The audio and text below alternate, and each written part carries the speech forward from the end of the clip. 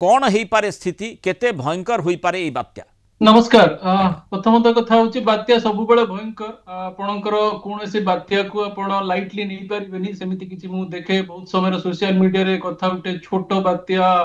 ये सब किसी ना बात्या माने एटा विपदजनक बात्यार कैटेगरीज अच्छी किंतु आपणकर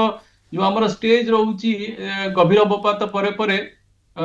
cyclonic storm severe cyclonic storm very severe cyclonic storm कि एक्सट्रीमली सीवियर साइक्लोनिक स्टॉर्म तापर सुपर साइक्लोनिक स्टॉर्म एटा आपनकर एकाडेमिकली पाई कि रहूची एती किलोमीटर अधिक चली गले साइक्लोनिक स्टॉर्म हबो किंतु सेटा हमें खाली पवन रो बेगटा को आपण आकलन करिकि कहि थांदी किंतु बात्यार खाली पवन रो प्रभाव न थाए बात्यार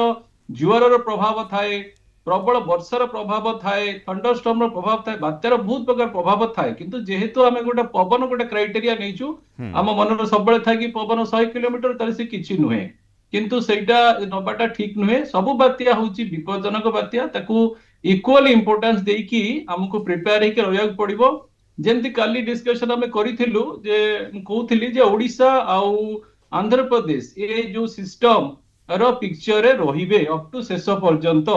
आपण जो कहउचंती प्रभाव मते लागे ठीक अछि आंध्र प्रदेश रे कि उत्तर आंध्र प्रदेश ओडिशा पाखापाखि अंचल गोटे आज्यूम करके नहीं चलुचे जे जदि से आड़ को जाए